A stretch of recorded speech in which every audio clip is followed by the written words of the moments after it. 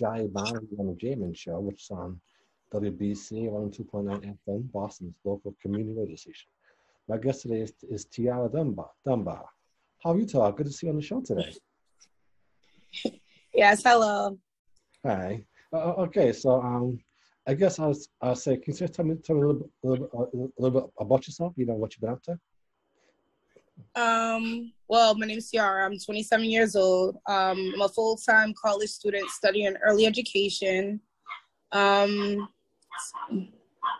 This is my second degree that I'm actually obtaining. I did 2 years for liberal arts, and now I will graduate this year for early education after I complete my internship. I've been working with children, I could say since the age about like 15 years old. So that's mainly what my work is based off of. I work for Boston Public Schools. Currently, that was the last job that I just resided from before COVID, and that was at the Roger Clapp Elementary School for 5th grade special education. Right now, I'm currently working as a PCA for my mom's nursing assistant for cerebral palsy. So, I mean, that's something that's newer, but I mean, I always enjoy like helping different people. I went to West Roxbury High School. I graduated as an honor roll student playing softball and cheerleading. Right now, I'm pretty good with my academic standing. So like I really focus on that, and I push to get all A's. But I know I mainly have all A's, probably maybe some B's. So that's I have a 7-year-old son, just one child. My birthday's Saturday, so I'll turn 28. Oh, congratulations. Yeah. I don't know. What other things would you like to know? Okay, well, first of all, let me congratulate, happy birthday to you. Happy early birthday to you. 28. Thank you. Wonderful. Yeah, and second, I'm so glad that you're doing that child education. That's wonderful. You know, it's a wonderful career to go into. So, what made you want to go into child care like that? I just always felt like I have a different outlook when it comes to children and the way that they're supposed to be brought up, or the way that they're supposed to be catered to. And there's not enough people in that field that really have that genuine and caring spirit to really go the further extent to make sure that these kids are provided of, you know, the basic needs that they need for the education to help them prosper and to grow in today's society. So if I could always make a difference of that, and I love seeing the look on kids' face, you know, interactions with them. I had a tough childhood growing up, so maybe that's more so too why my focus is there, but I don't really focus on that. I just let things just motivate me to help other children and myself be better. So that's just been a thing for a while. I mean, as far as obtaining my master's, I'm going to go into the technology field because I'm also into computers. So I don't know how long, you know, I'll stay in the education field as long as I can. Wow. But, you know, they should, you know, it's a lot that comes with it. Yeah, I could definitely imagine, you know, because I know what it's like, you know, to have a tough child, because I had a tough childhood too, you know. So that's why I guess I decided to go to college and major in liberal arts broadcasting, because I just graduated this year. So I'm trying to branch out so I can do, you know. So and yeah. So are you also into music or acting? Not acting. Like I did theater arts growing up. I danced for Boston Ballet from the age of, I could say probably like 11 years old up until I was about 19, 20 years old. And I danced for Ballet Rocks, and I danced for Boston Ballet. I performed in the Urban Nutcracker. I danced for, like, it was like a dance group that got funded for a program called Connection to College. So like I did a 2-3 years scholarship, like full internship at Suffolk University. We stayed there. It was a bunch of kids and we stayed there for 2 summers straight. They set us up at the State House to work. We did an entrepreneurship program with our dancing that like set us out to do different performances for different businesses and different people, so that we can learn how to, you know, create our own expenses and get the college experience at the same time of living in the dorms and stuff like that. So it's pretty cool. And like my dancing and everything came hand in hand. So I got accepted my my first year graduating from high school, which was in 2011, I got accepted to Suffolk University for theater arts, but I never continued to go about that route. But like something with dancing, talent, I mean, anything that has to do with like arts, it's something that's always going to be in my nature. So like I'm always going to do it. It just has to do with finding the proper time and stuff to really put yourself out there and project yourself. So that's still things I just still have to work on. All right, I see. Well, that's, I mean, you feel like that, yeah. So, yeah, cool.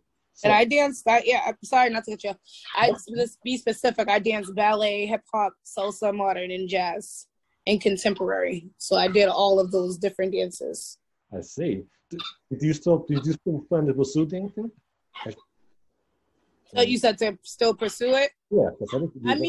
I still dance on my own free time. I mean, I have nieces and nephews, so, with them, I'm always dancing. Or, like, if I come across people that are dancing, I always will show my moves. But as far as, like, me taking it upon myself to, like, go to dance classes or go to the studio and create, like, full-out choreography and then go and perform it somewhere, like, that just haven't really been my thing because it comes with getting in shape. It comes with time, you know what I mean? It comes with basically confidence too, because today's society, you got to think, like, I danced 10 years ago. 10 years from then and now, we probably pop locking, and these kids now are just dropping. Like, you know what I mean? Like, it's two different eras and two different decades. So now it's like you got to feel like you got to keep up with them, or your dancing's out of whack. You got to learn different moves. You got to make it more up to beat. So like me, I always stay up to beat. Don't get me wrong. I'm always going to be able to outdo the kids, or I'll be able to step in with the kids and show them some moves. But it's still different. Like the bone structure and the artwork behind it is definitely different. Like now salsa doesn't have 6 steps, it has 12. Like it's different things like that. Like now ballet has more steps. Basic, when I knew just the basic steps, it's simple like tendu, coupe, pas de bourrée. Now it's like tendu or something. Like it's you have to really know behind it. You got to study it. It's like art is not, dancing is not just like something that you just get up and do at nature. Like, if you're a real dancer, like, it's like anything. The education behind it. Yeah, that's definitely true. Eventually, because, like, my friends love dancing and stuff like that. It's just something I always think about. So, that's something I can think about getting back into it structured-wise when I find the proper time. I definitely understand. It's something that's my passion. I know I love it. So, like, it's always going to be an inspiration of mine. Yeah, because I used to dance too, so I didn't know. So you know. I do, yeah. So did you graduate from RCC this month? Did she come in the year? You said, excuse me? I was asking, do you graduate from RCC this year? 2022, do you graduate from RCC? Yeah, I do graduate. I have my last internship starting September 1st, and after that I graduate. So. Oh, congratulations! And you're going to go on to get your bachelor's degree. Yeah, of course. Okay, sounds good. That's a blessing, So I guess my next question is, how did COVID affect you, if any, being shut down, the pandemic? The way that I guess probably COVID affected me the most is like my motivation. Mm-hmm. Like I feel like before, because like I had to go to class and I was like more inside of a school setting and building, I was more interactive with people, and I definitely like was in the gym every single day. Now, like ever since COVID, I had not been in the gym at all. I probably had not even thought about working out, honestly. And it made me like kind of lazy, but it still didn't really stop, it didn't stop much, but it kind of did shift things a little bit, I guess that's true, yeah. And that's true, yeah. It made people have lack of motivation. Yeah, that's true.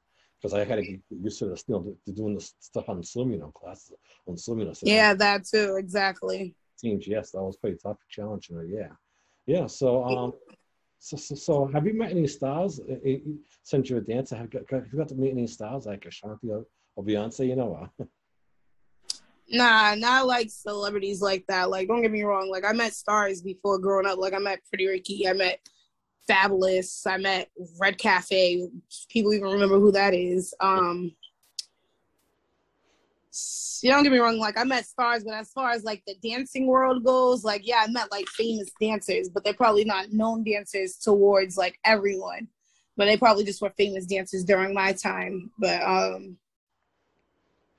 I mean, I only got one person that I really think can dance that I really would want to meet, and that's just Chris Brown, honestly. But I have yet to do that. So I mean, I've been in his concerts and stuff. Mm-hmm. But like as far as like famous dancers, there's a lot of choreographers that I do know. Like I know like my friend Isaiah Move Like Beasley. He does Little Funk Phenomenon for the Celtics. He runs a dance group for that.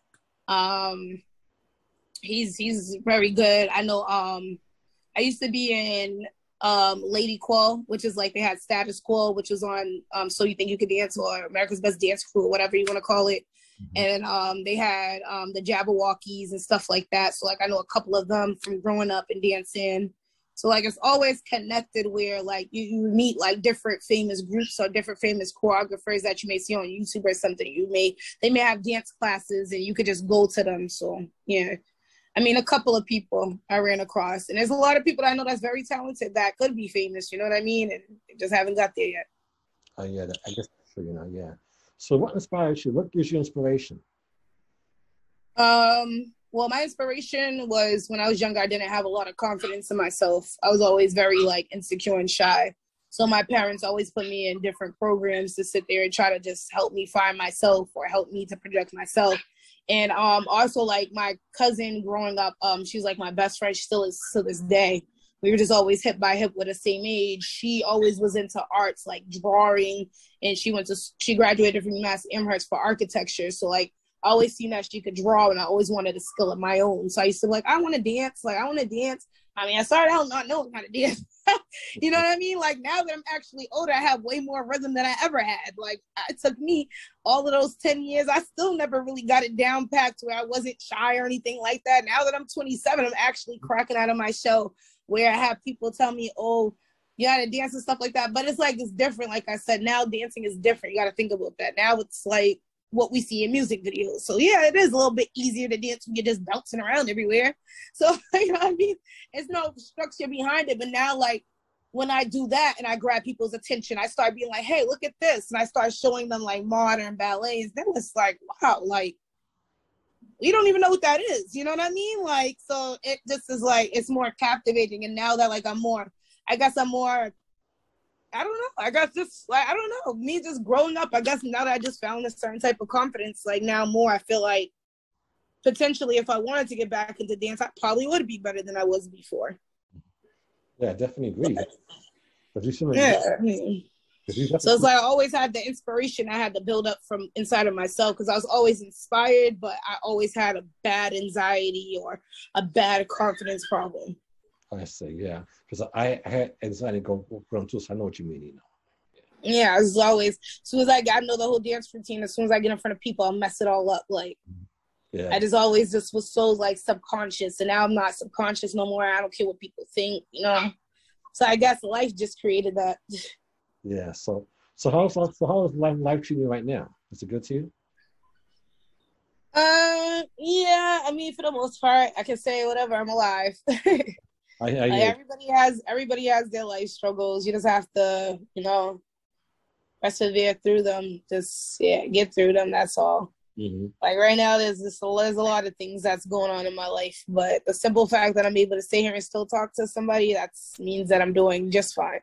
Yeah, I guess that's fine. I guess that's cool enough. As long as you're doing good, that's all I manage now. Yeah.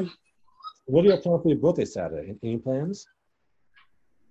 Yeah, I'm gonna do an event, you know, at a certain spot, which is a lounge, and then my son's godmother is gonna. Oh, sorry, I love that. Like my son's godmother is gonna throw me like a brunch and stuff like that. So I'm just pretty much gonna be around friends and family.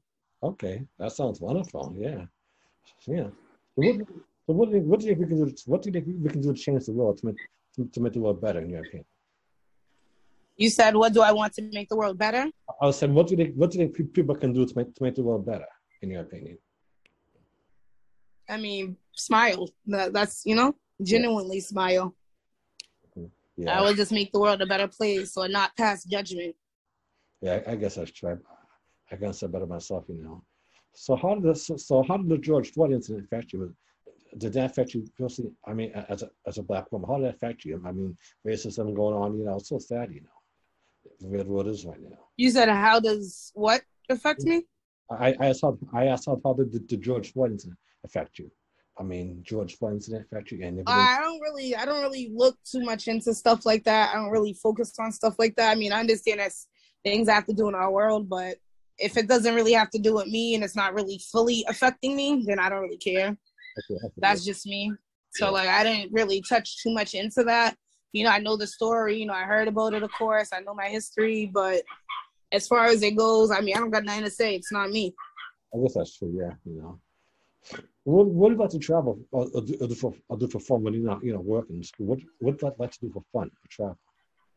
What do I like to do for fun? Oh, yeah, or travel. Well, I like to do a lot of stuff. I mean, I like to go out. I like to dance, party. I like to draw. I like to paint. I like to go swimming, go fishing.